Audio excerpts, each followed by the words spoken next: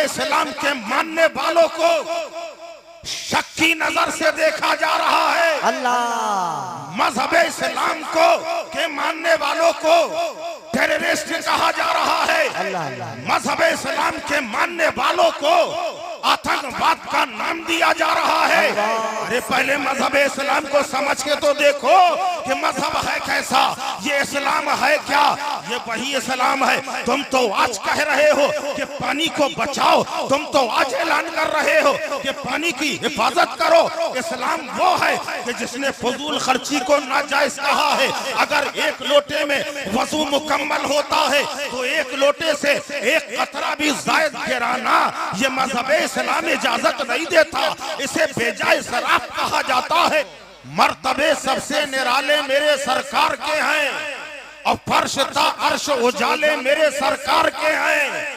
फर्शता अर्श उजाले मेरे सरकार के हैं और उतने दुनिया में किसी और पैगंबर के नहीं जिस कदर चाहने वाले मेरे सरकार के,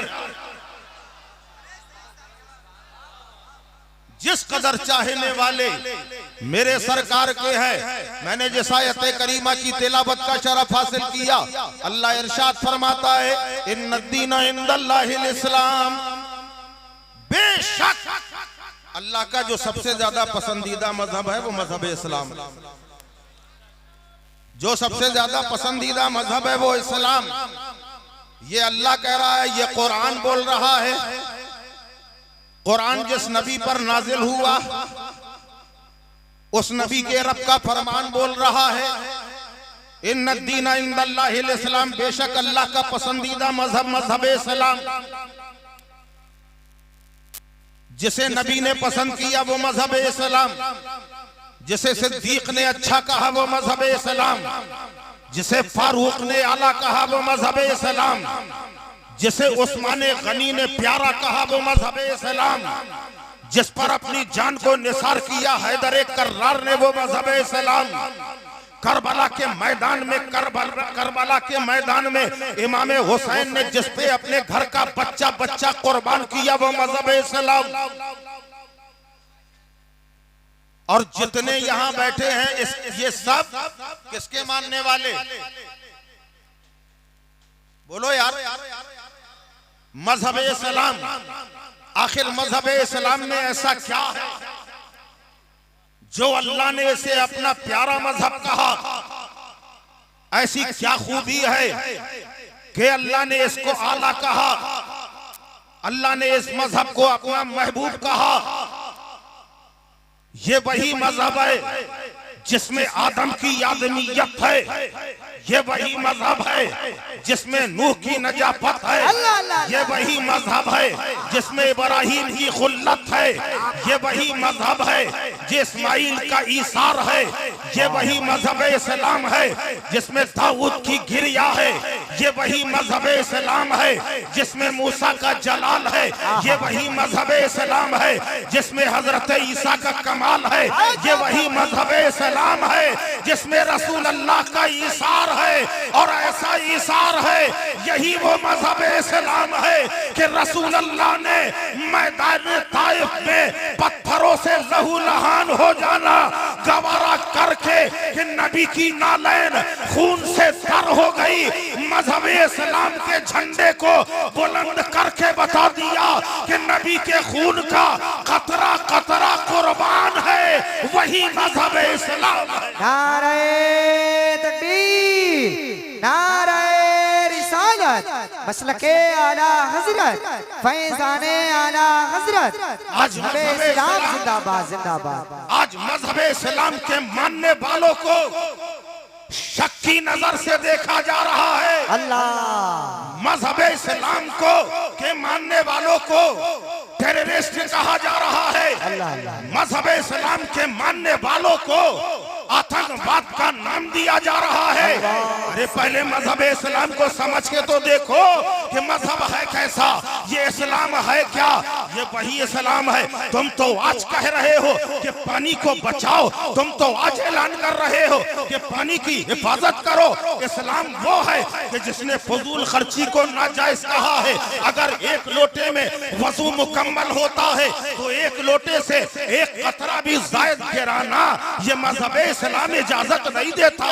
इसे बेजाय शराब कहा जाता है। अरे ये वो मजहब है कि जो एक बूंद पानी बगैर एक बूंद पानी भी बहाना हराम करार दे रहा है, नाजायज करार दे रहा है। वो किसी के खून बहाने को कैसे जायज करार देगा? मजहब इस्लाम ने तहफ्फुज और बका के खातिर लोगों को एक किया है कि इस मजहब में दाखिल होकर यकजहती कायम करो, मोहब्बत कायम करो, ईसार का जज्बा दिल में पैदा करो।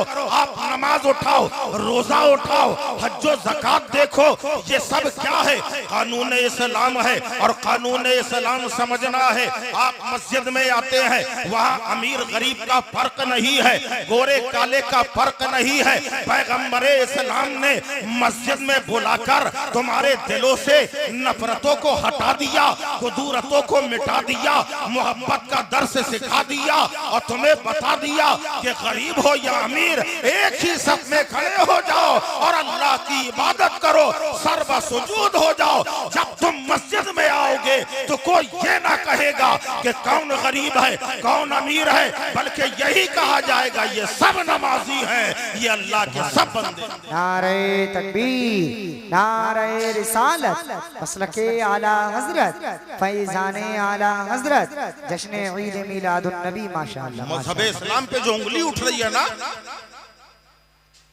इस्लाम पाकीज़ा मजहब है, मगर उंगली उठाने का मौका तुम दे रहे हो। हमने नमाजों को छोड़ दिया, जलसे करा लो, फातिहा करा लो, दरूद पढ़वा लो, सलाम पढ़वा लो, ये सब बाद में है। पहले नमाज, पहले अल्लाह की इबादत। कयामत में पहला सवाल होगा नमाज पूरी है कि नहीं। अच्छा, कुछ भाई ऐसे हैं कि खुद तो नमाज पढ़ते मगर अपने घरों की तरफ कोई तवज्जो नहीं। बीवी नमाज पढ़े कोई मतलब नहीं, या ना पढ़े, बच्चों पे कोई जोर जबरदस्ती नहीं है। इस्लाम का कानून घर में नाफिज करो। आज जो ये हमारा माशरा बिगड़ रहा है ना, इसकी वजह यह है कि तुम इस्लाम से दूर हो गए। तालीम इस्लाम को तुमने फरामोश कर दिया है। आज कितनी बेटियां तुम्हारे घर की गैरों के साथ जाकर मुर्तद हो रही। कभी इसके अंदर तुमने गौर किया कि ऐसा क्यों हो रहा है? क्योंकि तुम्हारे दिलों के अंदर ये है, बस है, लालच है कि जहेज हमको। इस्लाम ने जहेज के लिए नहीं कहा है। खुद रसूल पाक चाहते अपनी बेटी को क्या नहीं दे सकते थे? सोने चांदी के पहाड़ रसूल अल्लाह से कह रहे हैं, या रसूल अल्लाह इजाजत हो हम आपके साथ हो जाए। क्या रसूल नहीं दे सकते थे ये जहेज? हम मांगने वाले पूरा पूरा मुंह खोल के मांग रहे, मुझे ये चाहिए, मुझे वो चाहिए। तुम्हें अपनी ताकत पे भरोसा नहीं, तुम्हें अपनी किस्मत पे यकीन नहीं। अबे किस्मत पे यकीन नहीं तो किस्मत बनाने वाले पे तो यकीन कर लो। देने वाला परवरदिगारे आलम है। आज जो हमारी बेटियां जो दूर भाग रही, उसकी 2 वजह। नंबर 1 तुम्हारा मुतालबा, और नंबर 2 हमने अपनी बेटियों को बेपर्दा कर।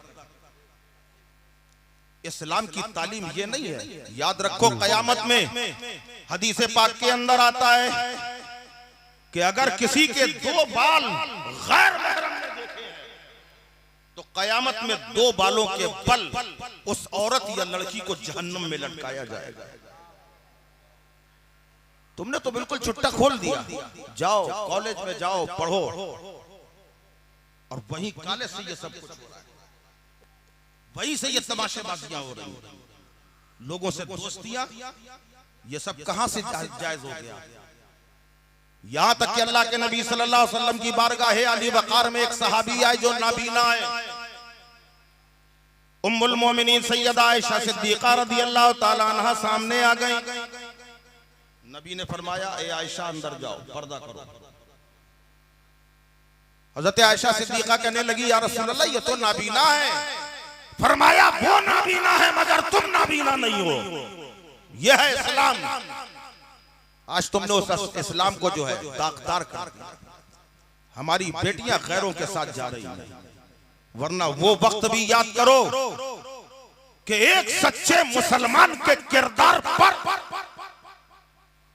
दुनिया के मज़ाहिब कुर्बान होते थे।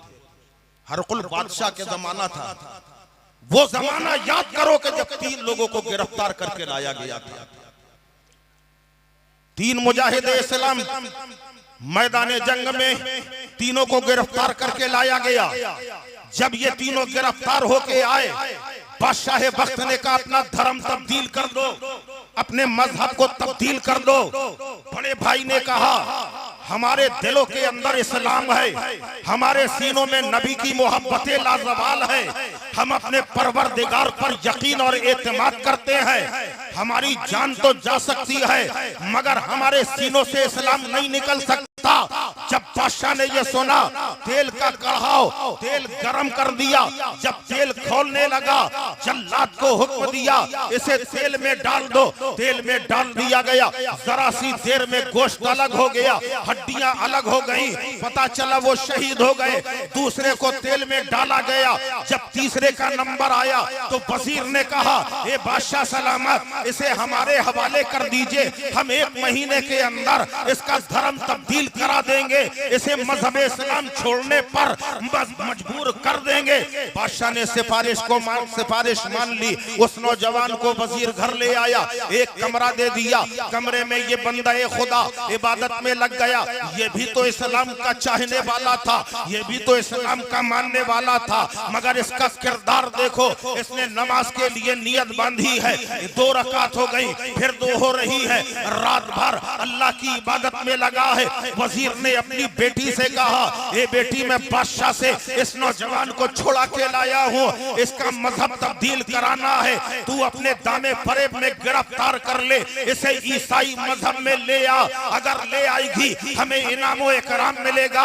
उस बेटी ने कहा था कि अब्बा घबराओ नहीं, ये मेरे दाएं हाथ का काम है। तुम्हें मालूम है कि तुम्हारी बेटी के हुस्न पर जमाना फरेबता है, लोग एक झलक देखने के लिए बेकरार रहते हैं। खाली ये एक झलक देख ले, अगर इसने मेरी तरफ एक नजर भर के देख लिया, इसे मजहब ईसाइयत पर आना होगा, ये आ जाएगा, मजहब इस्लाम छोड़ देगा। उसने कहा बेहतर है।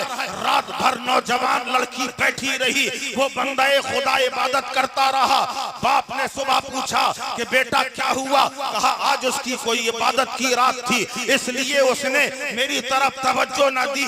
दूसरा दिन आया वही इबादत, तीसरा दिन आया वही इबादत। हफ्ता गुजर गया, नौजवान ने मुड़ के ना देखा। महीना करीब आ गया, अब भी ना देखा। आखिरकार उस लड़की से ना रहा गया। उसने कहा ये नौजवान, मैं वो हूँ जिसका हुस्न देखने के लिए सारा शहर बेचैन रहता है। तेरी नजरों के सामने कौन सा हुस्न है कि मेरी तरफ देख भी नहीं रहा है? उस नौजवान ने कहा सुन, जिसके नजरों में मोहम्मदुर रसूलुल्लाह का जलवा है, वो दुनिया के हुस्न को नहीं देखा करता। नारे तकबीर, नारे रिसालत, मसलके आला हजरत, फैजाने आला हजरत, जश्न ईद मिलादुन नबी माशाअल्लाह माशाअल्लाह। सबसे पहले अपनी बेटियों को इस्लाम की तालीम दो, सैयदा फातिमा का किरदार सिखाओ, राबिया बसरी की जिंदगी का मुताला कराओ। जब हमारे घर की बेटियां किरदारे फातिमा पे अमल करने वाली बन जाए तो फिर वो खुद तुमसे कहेंगी कि हमें बेपर्दगी नहीं चाहिए, बल्कि हमें इस्लाम चाहिए, पर्दा चाहिए।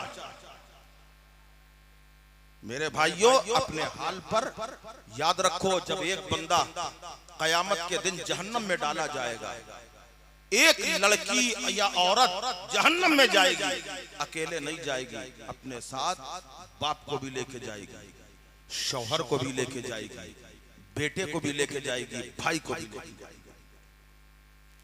कि इन लोगों को मालूम था, उसके बावजूद इन्होंने मुझको नहीं बताया। इसलिए मेरे भाई अपने घर की खबर लो, सबसे पहले ये जरूरी। कुरान में अल्लाह ने फरमाया कू अनफुसकुम व अहलीकुम नारा, अपने आप को अपने अहलो अयाल को जहन्नम की आग से बचाओ। ये जरूरी है। आज तुमने जहन्नम को समझा ही नहीं। कोई ऐसा बंदा नहीं है सारी जिंदगी, कोई यहाँ पे कितने दिन रहोगे यहाँ, चंद रोजा जिंदगी। आज तुम अपने नुमूदो नुमाइश की खातिर हरामो हलाल का तमीज फरामोश कर दिया। हमारा नाम हो, हमारी इज्जत, हमारी शोहरत, उसकी खातिर चाहे हराम पैसा आए तो ले लो, हलाल आए तो लो, भाइयों का हक गसब करके ले लो, बहनों का हक मार दो, बस आना चाहिए। और उसके बाद हमारा साहब इतनी दौलत होगी, जमाने में नाम होगा। ये नाम याद रखो, मरने के बाद फौरन पहले जो मिटेगा वो तुम्हारा नाम मिटेगा। सबसे पहले तुम्हारा नाम मिटेगा। अरे जमाने का ये हाल, हर कोई चाह रहा है। इमाम है, इमाम के दिल में ख्याल है मैं ऐसी इमामत करूं कि लोग कहें मेरा नाम ले।